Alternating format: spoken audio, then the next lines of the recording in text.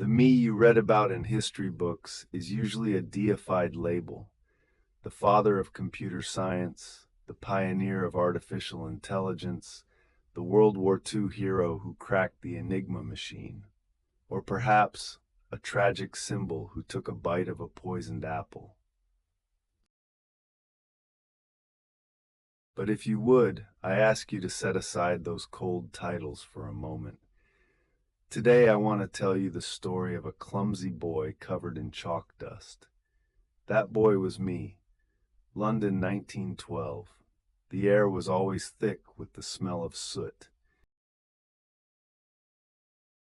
That was an era that worshipped only three kinds of men: those in military uniforms holding guns, those in black robes holding crosses, and those in white coats holding scalpels. But me, I only liked staring at ants on the ground or scribbling math formulas in my notebook that looked like unreadable hieroglyphs to adults. I was sent to Sherborne School. Yes, exactly the kind of traditional British boys' boarding school you often see in movies. Towering gray stone walls, perpetually cold and damp cloisters, and a bunch of aristocratic young gentlemen who constantly quote Latin and Shakespeare. In that ancient prison, a passion for science and mathematics was an original sin. Turing, what kind of ill-bred nonsense are you up to now? I can still clearly recall the headmaster's roar to this day. Flecks of his spit danced in the slanting rays of the 4 o'clock afternoon sun. In their eyes, I was an absolute freak for tinkering with chemistry experiments instead of reciting classical literature. I was an outcast. I stuttered, and I couldn't even tie my necktie properly. The boys would pin me down onto the wooden floor and pull my pants down for amusement. Smelling the musty dust in the cracks of the floorboards and listening to their piercing mockery, I often wonder, is this world written in a set of faulty code that I will never be able to understand? Why is the logic between human beings more chaotic and vicious than calculus? Until that beam of light shone into my dark basement. His name was Christopher Morcom. If this were a movie, his entrance would surely be framed by a soft, almost divine backlight. He was completely different from me. Handsome, tall, and from a privileged background, he was every teacher's favorite and the star who drew cheers on the court. He should have been one of the people who mocked me. But one day, in the musty library, he suddenly pulled out a chair and sat down across from me. He looked at my scratch paper covered in complex formulas, but unlike the others, he didn't look at me with disgust, as if I were some kind of bug. His eyes sparkled as he asked me softly, "Do you like quantum mechanics too?" At that moment, I heard a rusty gear in my mind click into place. Can you understand that feeling? It's like wandering for over a decade on an isolated island where no one speaks your language, and suddenly meeting someone who not only understands your stuttering, but answers you in the exact same language. We became inseparable shadows. Those oppressive years suddenly came vibrantly to life. We would hide under the covers with a flashlight, discussing Einstein's theory of relativity. We would sit under the dome of the observatory looking at the stars and calculating the expansion of the universe. He always had a pleasant, clean scent of soap about him. "Alan, let's go to Cambridge. Let's go there and unlock the secrets of the universe," he said to me with a smile. Because of his words, I, a freak who slouched even when walking, began desperately trying to change myself. I studied the humanities subjects I once despised like a madman, just to earn enough credits for Cambridge. I started running every day in the thick morning fog, running until I could taste blood in my lungs and my legs felt like lead. I forced myself to grow stronger and more exceptional, driven by a desperate yearning to stand side by side with him beneath the Gothic spires of Cambridge. Christopher was my anchor, my sole coordinate system in that cold world. I felt that as long as he was there, any complex equation could be solved. But the logic of the universe is sometimes completely irrational. It gave me no warning whatsoever. Shortly after Christopher received his acceptance letter to Cambridge, tuberculosis, nothing more than a tiny cluster of bacilli under a microscope, easily destroyed him. There were no tearful, heart-wrenching partings like in the movies, no lengthy last words. The boy who was discussing astrophysics with me just a few days ago had suddenly become a cold, lifeless body. I didn't cry, at least not in front of others. I just felt that the world had suddenly turned into a giant vacuum. All the sound had been sucked away. I stood before his tombstone, watching the dirt slowly cover that once vibrant body, my mind frantically spinning over a proposition I simply could not solve. A person, their memories, their wisdom, the light in their eyes when they smiled at me. Does everything we call the soul simply rot away with the flesh the moment blood stops flowing to the brain? This defies logic. It's too cruel. If the flesh is so fragile, then could I create a machine that never gets sick and never dies? If I program Christopher's thought patterns into a machine, could he live on in this world forever in another form? Those great inventions you would later see, the bomb machine that cracked German codes during World War II, the Turing Machine that laid the foundation for modern computing, later generations would praise them with countless profound and esoteric words. But only I know what hides within the grinding of those intricate gears, amidst those endless streams of punched paper tape. It is my desperate, repeated calling of a name that will never return. I have spent my entire life trying to build a brain that could take God's place and make him stay. I changed the course of humanity, but in the end, I couldn't change the outcome of that bitter winter in 1930.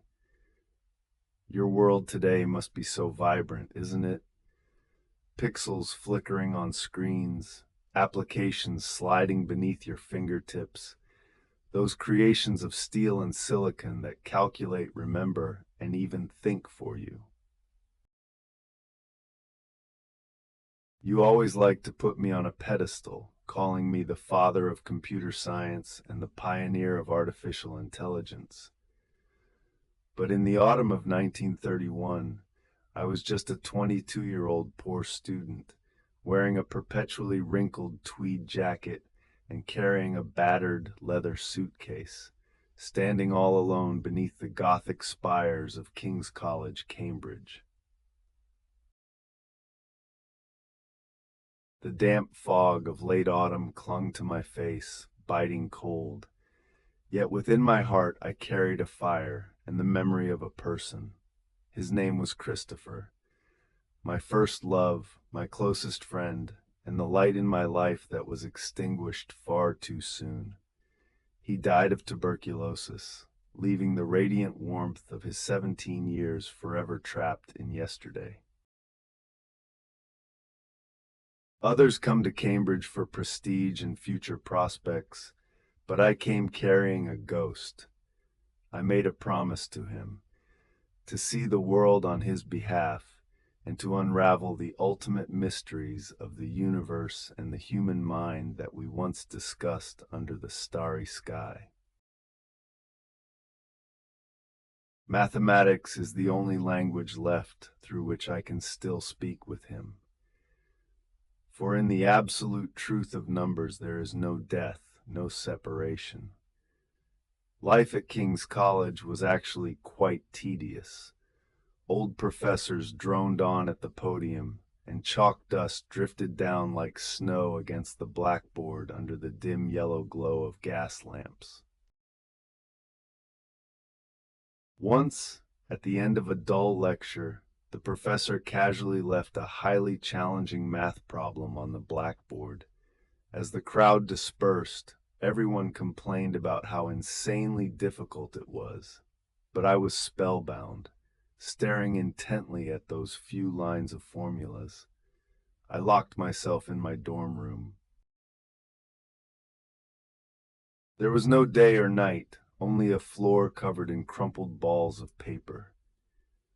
My fingers were stained with indelible blue-black ink, and the pencil scratched against the rough paper with a rustling sound, like Christopher's faint breaths before he died. I peeled back the disguised variables layer by layer, like a crazed miner chipping away at a rock face in the dark. When the first cold ray of dawn pierced through the window lattice, illuminating my bloodshot eyes, I finally set down my pen. I had solved it. Only later did I realize that the result I had independently derived was actually a piece of the central limit theorem, a core pillar of modern probability theory. My mentor looked at the stack of manuscript papers covered in frantic cursive, staring at me as if I were a monster. That paper won me a postgraduate fellowship of £300 a year at King's College. £300, what could it buy back then? Fine suits, expensive cigars, a ticket into the high society salons of Cambridge. But I didn't spend a single penny on any of that. To me, this money meant only one thing: absolute freedom. I finally had the credentials and the confidence to pursue that ultimate question hidden in the abyss. I locked my gaze on an extremely obscure topic that even many top mathematicians shied away from, on computable numbers with an application to the Entscheidungsproblem. Sounds boring, right? Simply put, the mathematical community at the time was debating one question: could a mechanical, fixed procedure be found to determine the truth or falsehood of all mathematical propositions? The real world is too cruel, full of unpredictable accidents and painful partings. How I wish there was a machine in this world where, if you just input a question, it could give you a definitive answer through the cold, absolutely rational meshing of gears. During those days, I was practically a madman. I stopped attending lectures and spent all day wandering the lawns of King's College, muttering to myself. To others, I was just a scruffy misfit nerd, but in my own mind, I was building an unprecedented universe. I closed my eyes, and in the darkness before me, a paper tape gradually emerged. It wasn't an ordinary paper tape. It was infinitely long, divided into little squares. Then I attached a metal read-write head to it. You can imagine it like the stylus of an old-fashioned phonograph, but it doesn't just read whether a 0 or a 1 is written in the cell. It can also erase them, rewrite them, and move left or right according to the current rules. Click, clack, click. In my mind, this intangible machine began to operate. Gears meshed, the probe moved. There was no rusty metal, no pungent smell of machine oil. It was composed entirely of logic and imagination.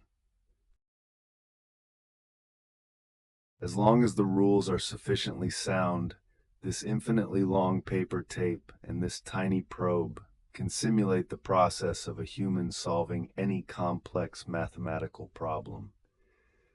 It can be a calculator, a typewriter, or a chess master.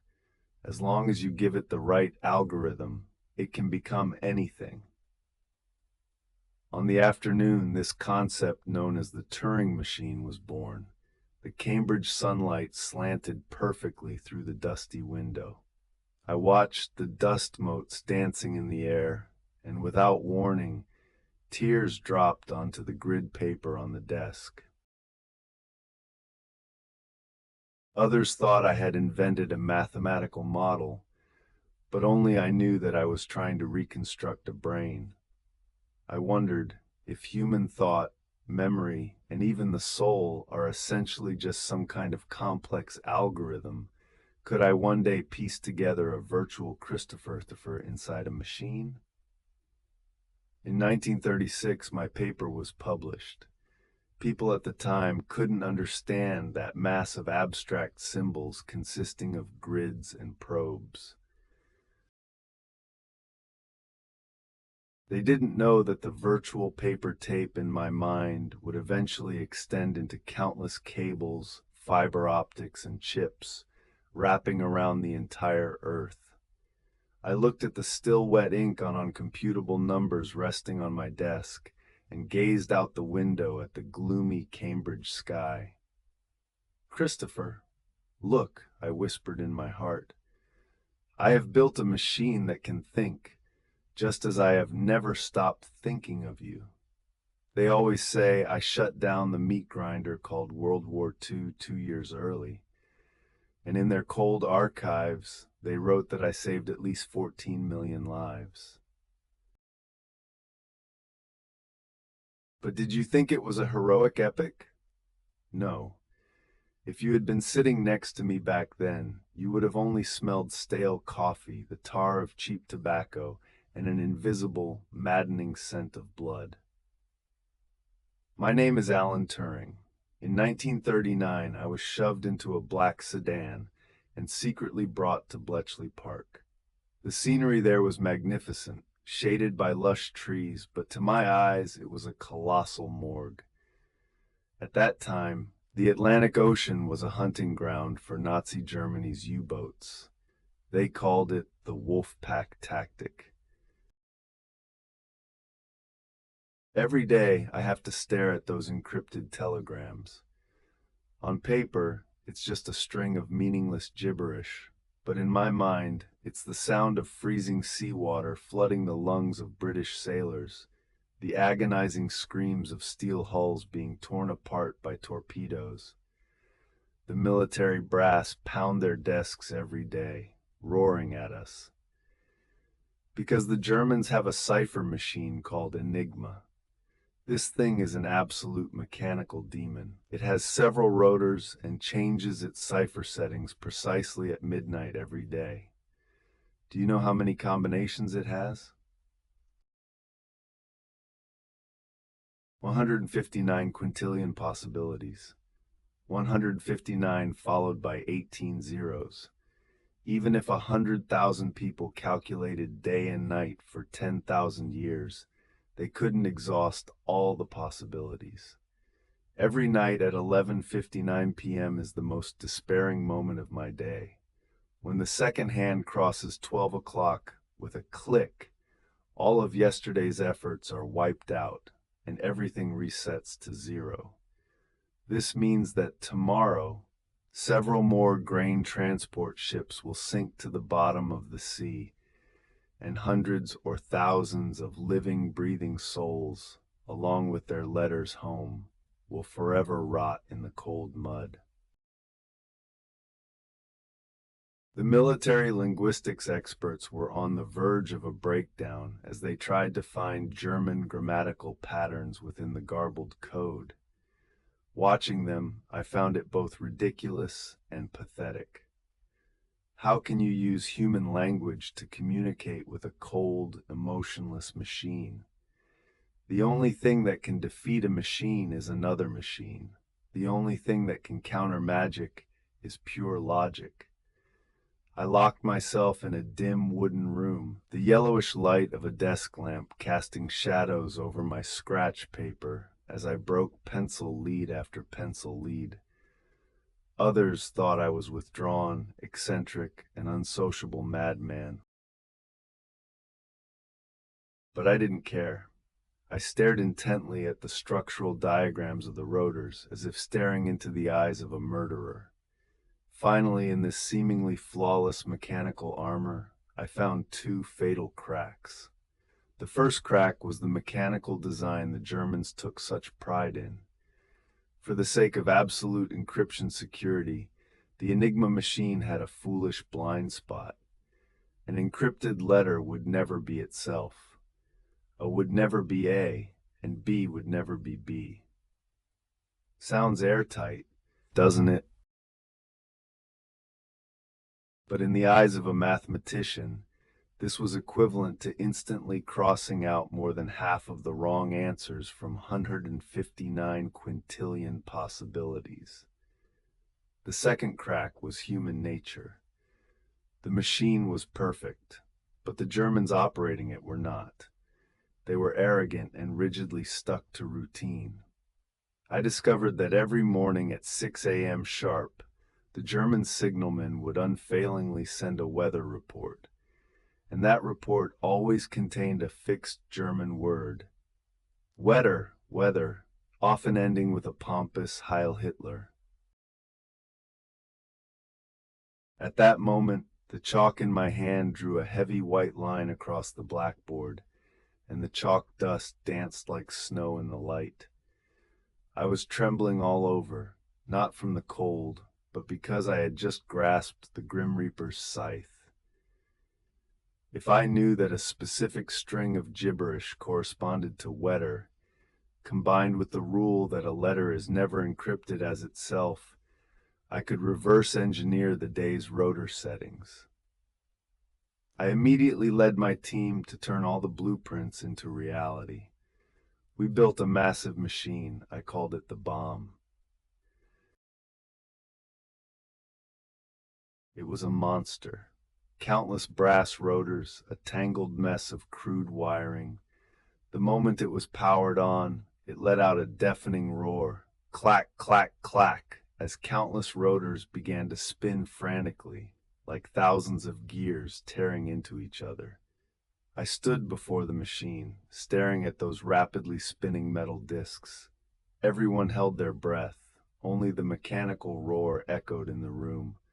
We were racing against time, using gears to outpace Nazi torpedoes. Suddenly, all sound came to an abrupt halt. The machine stopped. The rotors locked onto a specific set of letters. The room was dead silent. Trembling, my assistant entered these settings into the captured Enigma machine and typed out a string of intercepted gibberish from yesterday. The typewriter clacked, spitting out a line of German. Coordinates 53 degrees north, 14 degrees west, U-boat in position. We had broken it. We had the Nazis completely exposed. That night there was no cheering, no popping of champagne. I walked to the window and looked out at the rainy night. I knew that starting tomorrow, 90% of German radio traffic in the Atlantic would be transparent to us. I knew the Wolfpack tactics were completely finished. I knew I had single-handedly pushed the war's timeline forward by 2 years.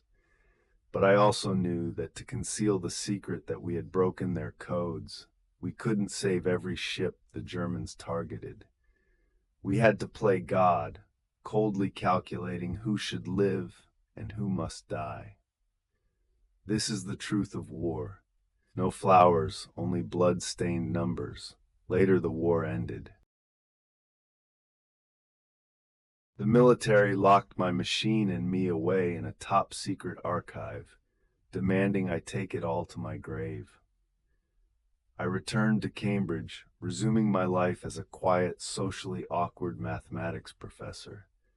The young people on the streets celebrate peace, completely unaware of the man who saved them using gears in a basement.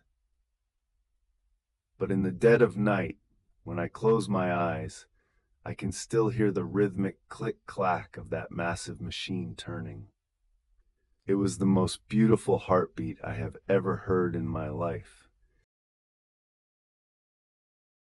Have you ever tried talking to a machine in the dead of night? I have. It was 1949 at the University of Manchester, where the air was perpetually thick with the scent of machine oil, damp blueprints, and cheap coffee.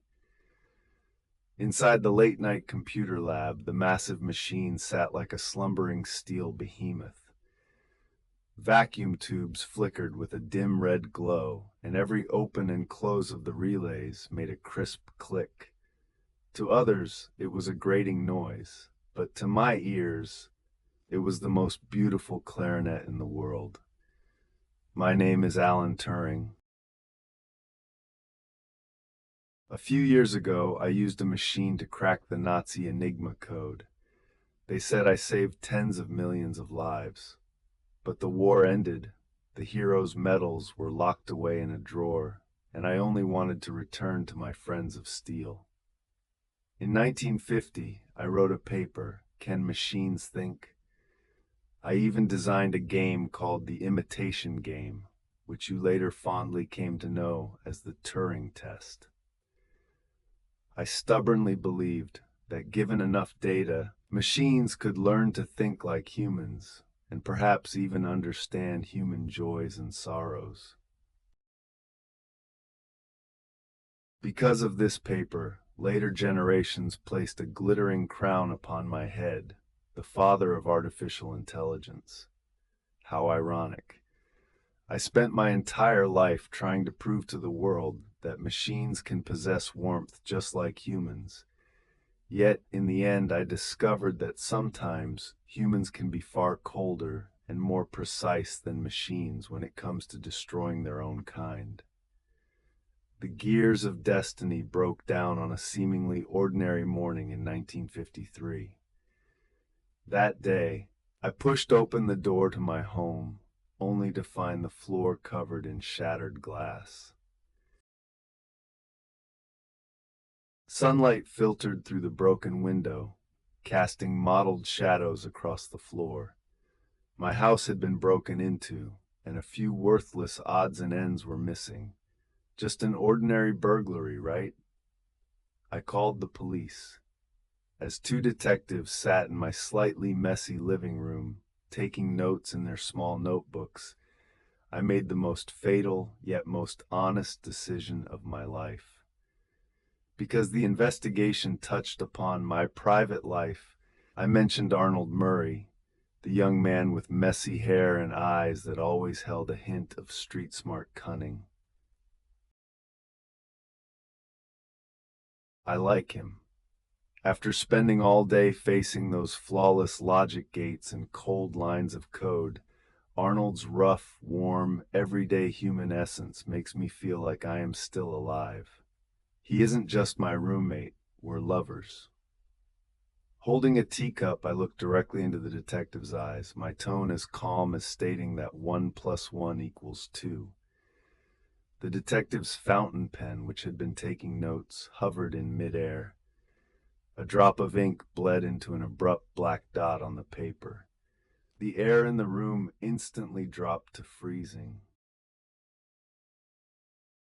I watched the sympathy in their eyes vanish, replaced by a complex gaze mixed with shock, disgust, and morbid curiosity. You might think I was incredibly foolish, but in my world, mathematics has no gender and truth requires no disguise. I naively believed that since we had just won a war against fascism, since we had shattered bigotry and madness, this scarred society would be ready to embrace the purest truth. I thought my honesty could act like a perfect line of cleaner code, wiping away the prejudices and bugs in the program running this world. But I was wrong. I overestimated human tolerance and underestimated the ignorance of the era. In that deeply conservative England, homosexuality was not considered love. It was a disease, a filthy crime. What I found even more absurd was the twist that followed. Arnold Murray, the man I had once gazed at with eyes full of affection, the accomplice who had secretly colluded with the burglar, turned on me without hesitation, like a startled hyena during the police interrogation. "He forced me. He assaulted me." Arnold pointed at me, his voice trembling, his eyes darting away, not daring to meet my gaze. At that moment, I felt no anger, only a bottomless sorrow. I looked at him as if staring at an equation with a completely wrong result. I couldn't understand why human lies could be more seamless than a machine's short circuit. And just like that, the magic vanished. The halo faded. I went from being the victim of a burglary to a suspect sitting in the defendant's dock. In the courtroom, sunlight filtered through the high glass windows, striking the judge's grayish-white wig, while suffocating dust motes danced in the air. The prosecutor brandished a yellow document, the Criminal Law Amendment Act, 1885. Half a century ago, they used this very law to destroy Oscar Wilde. Now they were preparing to rest this rusty guillotine against my neck. Alan Matheson Turing, you are charged with gross indecency. The crack of the gavel echoed through the cavernous courtroom. The sound was strikingly similar to the clicking of relays in the computer lab. Only this time, it was computing not a cipher to save the world, but a verdict to destroy my life. I stood there, looking at the indifferent faces around me. I suddenly realized that there was no need for a Turing test.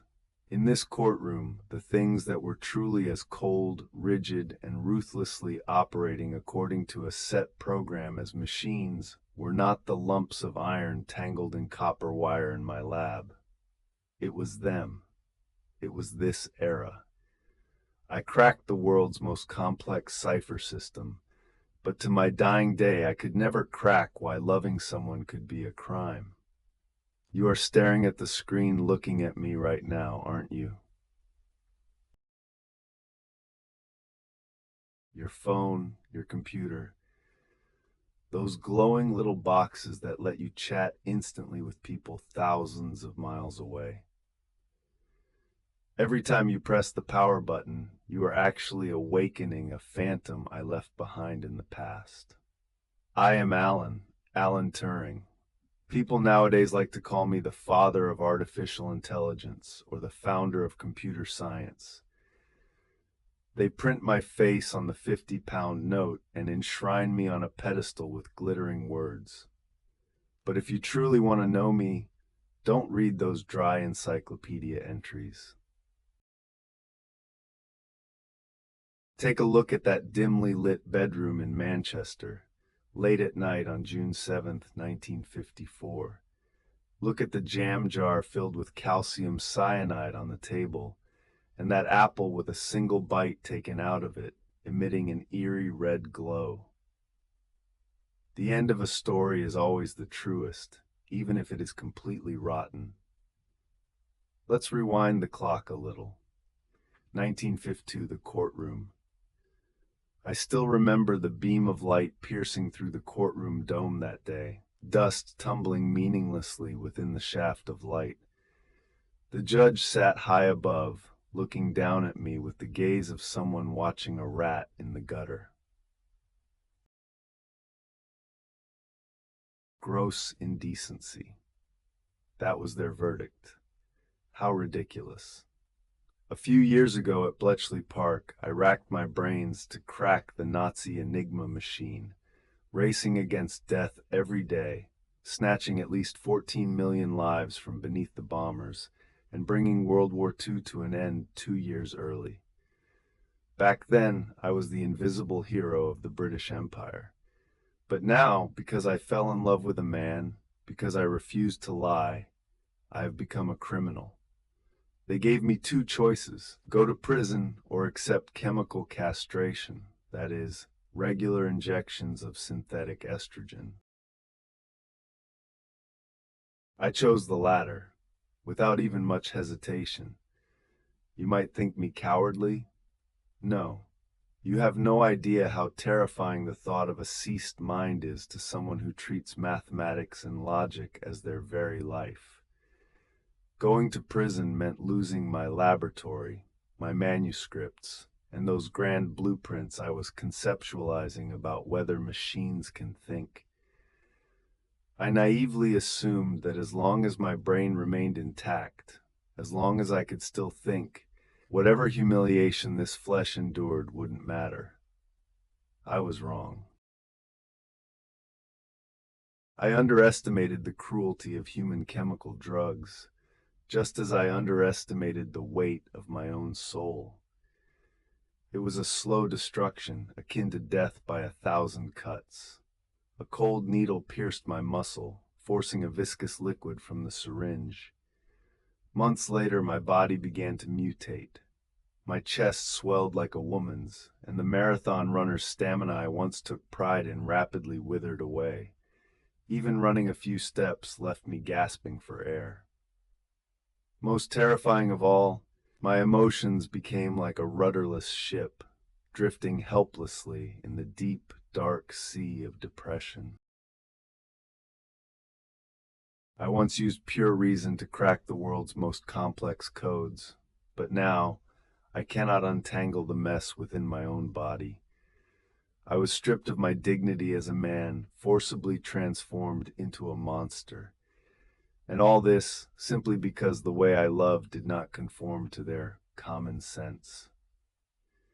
Time slowly crawled to 1954. In everyone's eyes, Alan Turing seemed cured. The 2 years of compulsory injections had finally ended. The University of Manchester offered me a tenured professorship. Just a few days ago, I smiled and gave my housekeeper, Mrs. Smith, a raise. I went to the university on time every day, came home on time, and offered a gentle, slightly shy smile to everyone I met. "Look, Mr. Turing has pulled through," they whispered with a condescending sense of relief. Yet, only in the dead of night, as the Manchester rain battered against the window panes, did I know that the internal gears of this machine called Turing had long since completely corroded. I saved that world, but that world no longer needed me. They don't need a homosexual genius. They only need an obedient, normal, castrated cog. I looked at the strange and ridiculous body in the mirror, feeling an unprecedented exhaustion. It was a loneliness that seeped deep into my marrow, one that not even mathematical equations could soothe. June 8, 1954 was a Tuesday. By routine, I should have gone to the university laboratory on this day to use that massive computer. The deafening roar that machine made when running was what I considered the most beautiful music in the world. But I didn't go. I stayed at home and drew the bedroom curtains. The room was very dark, with only a faint glimmer of light hitting the bedside table. I took out the jam jar containing the calcium cyanide I had prepared long ago. I sniffed it. It had a faint scent of bitter almonds. Then I picked up an apple. To this day, people still debate why I committed suicide. Some say it was because I accidentally inhaled poisonous gas from an experiment, while others say I left that half-eaten apple to make my mother believe it was just an accident to ease her pain. Actually, it's not that complicated. I am just too tired. All my life, I've been trying to make machines learn to think like humans. Yet, in the end, I discovered that humans can sometimes be colder, more rigid, and more illogical than machines. With a machine, if you input the right code, it yields the right result. But a human, when faced with their savior, might offer a cup of poisoned wine out of mere prejudice. I smeared cyanide on the apple. Its skin shimmered in the dim light, just like the one Snow White ate in the fairy tale. I took a bite. The crisp sound of chewing was infinitely magnified in the dead silent room. Sweetness and bitterness instantly exploded on the tip of my tongue. Soon, the toxin began to course through my bloodstream. My breathing grew labored, and my heart felt as though it were violently gripped by an icy hand. My vision began to blur. I collapsed onto the bed, watching the ceiling slowly fade into a void of white. In those final few seconds, I did not think of the humiliation in the courtroom, nor did I recall those cold syringes. What flashed through my mind was the frantically whirring cipher machine at Bletchley Park, the wind rushing past my ears as I ran across the grass, and those glowing electronic brains that, born from my deductions, would one day change the world. I closed my eyes. This world is too noisy and far too cruel. I no longer want to apologize for my existence. Now I am going to a place of pure numbers and eternal logic. Goodbye to this world I once deeply loved and saved, but which ultimately abandoned me.